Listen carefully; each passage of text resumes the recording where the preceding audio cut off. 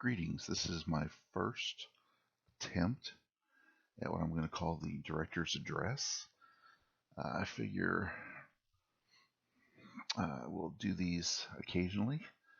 I'm not sure how often yet, usually when there's several things for me to say. I've really done a lot of thinking about when and how to disseminate information. I would love to have employee meetings all the time.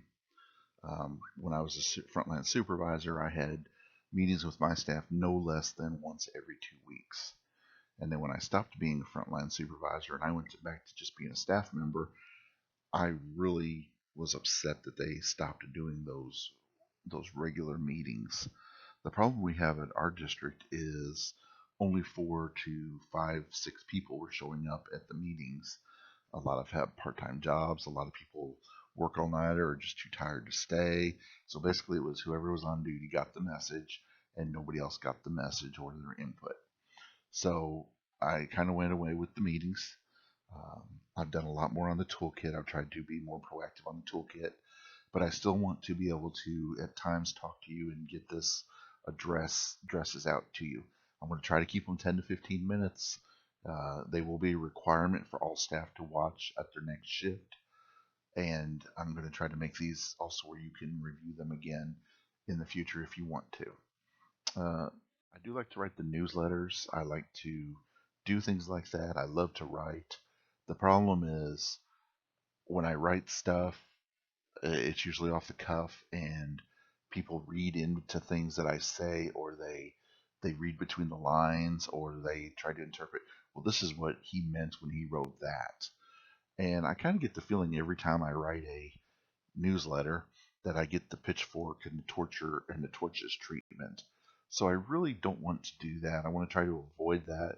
And if this system works, that'll be much better. So with that in mind, I want to relax everybody for our first get together. Look at the cute, soft, fuzzy kitty. Enjoy yourself. Relax. And here we go. One of the first things that's I've really been thinking about is this quote by Abe Lincoln that I've lived by for many years now, and that's that most folks are about as happy as they make up their minds to be. My take on that is called happiness is a choice. I come in here so often and I say good morning or how are you doing, and I hear, oh, I'm on the other side of the ground, or I'm on the upright of the dirt, or oh, I'm getting through, or oh, thank goodness I'm leaving. If you come in and have that kind of attitude throughout the day, you are going to have bad things happen to you. That's just all there is to it. I don't see any other way to put it. Negative thoughts produce negative actions, and then negative actions produce negative outcomes. That's just all there is to it. Happy thoughts produce happy actions, and happy actions produce happy outcomes. Think about that. Happiness is a choice. You have that choice when you walk in the door every day that you come here. And I would advise not just when you walk in the door, throughout your lives. Happiness is a choice. Don't be miserable. I've talked about the six axioms, but I wanted to kind of really quickly touch on a couple of these. Being prepared. One, that's what the happiness is a choice. Being prepared is coming in at a good attitude and being ready to attack the day. We used to have an old saying to the nurses when we went to the ER and they got mad. They would say, "Well, why'd you bring a patient here?" And one of our favorite phrases was, "Well, what did you think you were going to do today when you came to work? Did you think you were just going to sit around and do nothing? That's not what you're here for. You're here to take care of patients." And that's exactly what I say to the ambulance staff. You're here to come and be part of this organization and to help people when they need to. And one of the things that you need to do is be prepared. That's checking your trucks, making sure your trucks are prepared, making sure the oils are in there, making sure all that stuff is done. Don't just come in and go right to bed. I know you come from another job. That's fine. Your job there is done for the day, but yours is just beginning here. Make sure you're ready to do the job. Being prepared is knowing the protocols. We're going to talk about those in a little bit. Knowing what you need to do for these patients. Um, that also kind of transitions into being a patient advocate. As I said in one of the other videos, if you have to hold their hand and pat the back of their hand all the way to the hospital, and that's what they need, that's what you need to do. And you're gonna do that easier if you come in with a good attitude versus a bad attitude. If you come in with a good attitude, you're gonna love patting somebody on the back of their shoulder, patting them on the back of their hand, and riding to the hospital with them. If you come in a miserable mood, you're not. You're going to hate every minute, and that's going to reflect in your attitude. They're going to see your body language. They're going to see that. This falls down to the district advocate. If it's a blood pressure day and we have to go do blood pressures, people see the bad attitudes. They see it. They comment on it. Same way if we have to go to the football games. I know the football games aren't everybody's favorite, but it's part of what we do here. It's part of why we're here. It's supporting the community that supports us. It supports our paychecks and keeps us here. Um, as far as the team advocate, looking out for each other. If the tones go off, make sure you know where your partner is. Don't just take off to the ambulance and say, wasn't my fault. I was here in the ambulance. No. At that point in time, you're not being a good patient advocate by not getting your partner out to that ambulance and getting out to the call. So being a team advocate also includes looking out for your team members, but that also falls down to back to the patient advocate. All these things intertwine. When I look at something, I look at a situation, it usually touches 4 or 5 of these different things. A couple things on some assessment stuff. Stroke alerts. I've seen a lot in QA where it was questionable. I know Carl talked to Ray Staggs, who's in charge of strokes, and he would rather it when in doubt, err on the side of the patient. And if they're having those stroke symptoms, call that stroke alert. Tell the nurses that you have that. My suggestion would be either calling on the radio or maybe calling through the ambulance district and having them transfer so it's recorded if you think it's going to be a stroke alert or STEMI alert. But it really kind of falls down to their facility. But you want to be a patient advocate to the best you can be.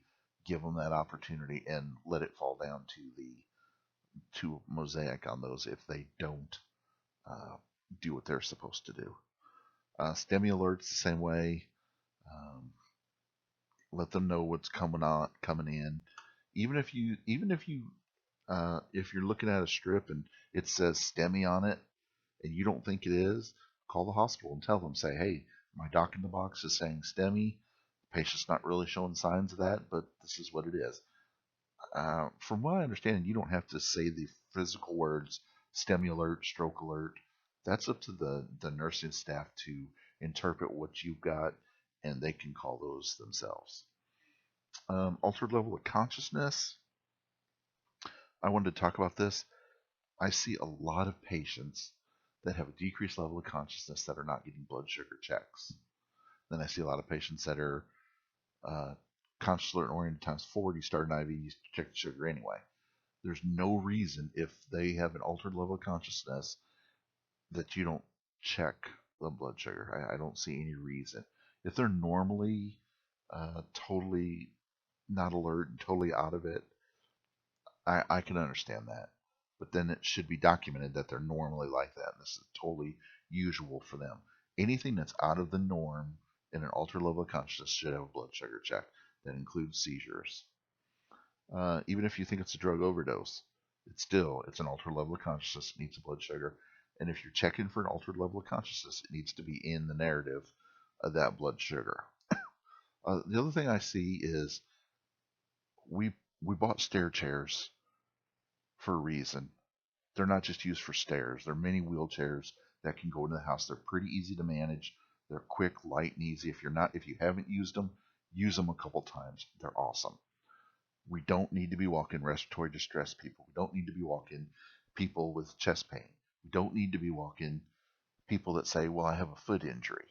Oh, well, you have a foot injury? Okay, well, let us help you to the cot. Let you take 6 to 10 steps down this or down there.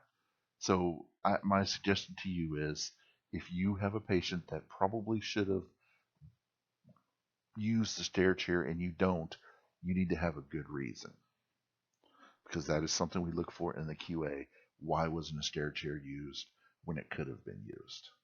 It's an extra 5 minutes on the scene to get that stair chair out to assist that patient, to reduce the workload of their heart, or reduce the workload of their breathing, or to reduce their pain level. This is being a patient advocate.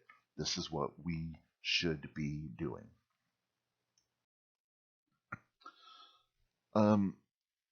EMS treatment guidelines, they're on the toolkit, they're available. They should be printed out in the trucks. You should follow these. These are the rules and the orders from the doctor. Um, you can get other orders from online medical control. That is perfectly acceptable.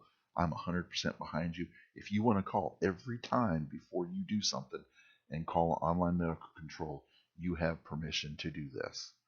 But if you don't call and get orders and you stray from the EMS treatment guidelines, you need to have good documentation of why you did so. And the way to look at those orders are offline medical control. It's just as if Dr. Stephanie Davis is sitting there saying, "Okay, you've got a patient with a blood sugar of 30.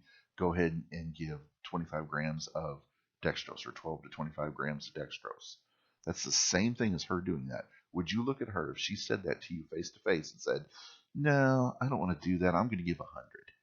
No, you would not do that. And that's the same thing you do if you stray from the orders in the book. Now, in meetings with her, in talking to her, there's a few times she doesn't really mind if it's for the betterment of the patient, if it's a little bit strayed from. But by golly, one, you better be right, and two, you better document your butt off so we can know exactly what you were thinking and why you did what you're doing, and expect any time that the treatment guidelines are not followed, it's going to go to her. And she could at any time say, "You know what? You're not using your head. I don't think you're a paramedic that protects the patients. You're not working under my license anymore." At that point in time, you have no job. And I will tell you, she has taken those steps before. She is not afraid to do that. I don't think anybody we have here is even close to that stage. But don't be. Keep learning those protocols and following those protocols and guidelines. Something real quick on narratives. Uh, I've heard this a couple times. I've heard it lately too. Why do I have to write stuff in the narrative that's listed somewhere else in the report? That's not what I was taught. We were taught. The Blue Book from the state of Missouri back in the early 2000s said, "Do not repeat what you've written in one part of the report in another part of the report." It was drowned in our heads. Well, guess what? Things are different. There was a time, and you've probably heard me, and you probably get nauseated every time I say it, but there was a time when a patient had seizures or mental disorder that they would burrow holes in people's heads to let the demons out, because that's what they thought was the best treatment for them. That's what was best. Same with the mass trousers. Same with the backboards. Things change. In the past, the reports were 1 to 2 pages long. They were on that double size 8 by 11 or whatever, 8 by 14, 11 by 14 paper. It was 2 pages. You could see the whole report at a glance. You can't do that anymore. It's 8 pages now. There's information posted in all different kinds of places. There's different types of reports. There's hundreds of report writing programs out there. So that's why it's best to have it all in the narrative. Lay people read our reports. Medicare reviewers read our reports. We need to make it as easy for them not to have to jumping around, chasing around, looking all over the place for stuff. It makes it easier on QA. If you say altered level of consciousness, and then you put down there later on in your report, "Oh, I checked the blood sugar and it was 126," we don't have to stop reading the report in the middle and say, "Oh, wait a minute. They never said a blood sugar." Then we go. Then we have to go up to the vital signs, and sometimes you don't put it there. Then we have to go back to the. Just put it in the narrative. Make it easier. Be a team advocate for us. Be a district advocate for us. And it just tells a better story. I don't have to stop and read. I don't have to stop and think, "Well, wait a minute, why didn't they do this?" Then if I start thinking that, then I start saying, "Well, maybe something else they didn't do." Help me, help QA, help the district by just putting it in your narratives. This does not take that much longer.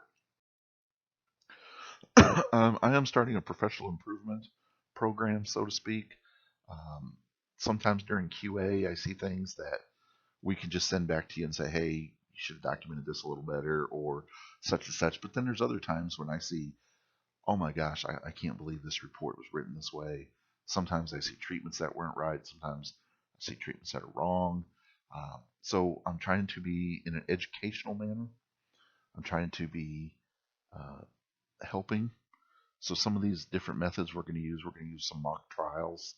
And I will tell you, this is my favorite. I will actually put you in a chair and I will give you your report and I will ask you questions just as if a prosecutor was asking you questions or a defense attorney was asking you questions.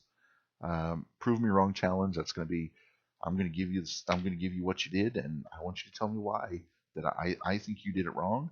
I want you to tell me why I'm wrong. Educational assignments. I may tell you to read something. I may have you do some research on something. This is to make you better. Look at it that way. If you don't look at it that way, and you're just going to look at it as Blake's being mean to me and Blake's picking on me, then you're looking at it from the wrong standpoint. Then you're not being a patient advocate. You're not being prepared. You're not being a district advocate. You're not being a team advocate. You're not being any of those things. We want you to grow and learn. Um, and there'll be other things as I come up with them. I will say I understand about human factors and human mistakes and how mistakes are happening. I'm not going to talk about this any more than that. I've done a lot of research on human behavior, the way things work, the way people work, the way people think. Um, you'll notice, I hope, that I'm not quick to judge. I'm not quick to make snap decisions. Sometimes that's frustrating for people. It's definitely frustrating for the supervisor sometimes when I won't make a decision right away without factoring in a lot of things. But I look at a lot of things. I just wanted to bring that up. I have two final phrases, and we're getting close to the end here. I'm trying to keep it under 20 minutes. I'm at 17 right now. Don't try to hide it. This is my this is one of my biggest pet peeves. If you do something wrong, write me an incident report about it. Have it sitting way down my desk when I walk in the door before somebody calls me and makes it a phone call, or somebody comes running in my office saying, well, so and so did such and such. Have it written. Write it on the toolkit if you want to. It comes to my phone. I can read it right there and then. Write it on paper. Send it to me via email through the copy machine. That's fine. Have it waiting in my box. That's fine. Don't try to hide stuff. When you hide stuff, I start digging and then I look for other things that you're doing wrong. I don't want to do that. I want I want to know about it. That way we can deal with it. It's like, yeah, okay, that's enough. Phrase number two. This is not my phrase. This is Peggy's phrase. Own it. If you make a mistake, first, write the incident report. Two, just own it. I made a mistake. I can deal with that. I understand mistakes happen. I've made a lot of mistakes in my life. I'll be the first to admit it. And a lot of times, I know I've sat there with several supervisors and Peggy herself saying, "Well, now when I was back on the road, I can understand why this happened because this is what I would do." I do look at it from your standpoint, but I can't look at it from your standpoint if you're making excuses and if you're lying about it. Own it. Own it up front. Be upfront with me. I will work with you and be upfront with you. Are there some things that I can't just let go? Yes, there are. Are there some things that you're going to get written up for? Yes, there are. But that's a lot better than being suspended or fired for when you're trying to hide it and then you're covering up and then you start lying. That's not tolerable.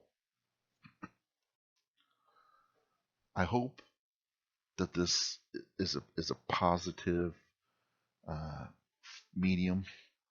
That's what I'm trying it to be. I am a positive person. I know things. I do realize that I've learned coming here in these. I'm almost at 2 years now.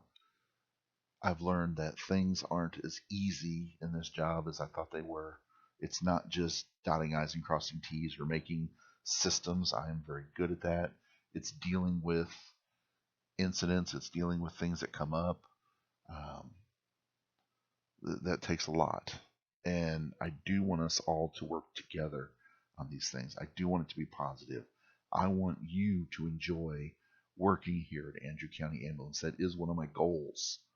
Uh, my that is my third. One of my three goals is for Andrew County Ambulance District to be the place that passionate,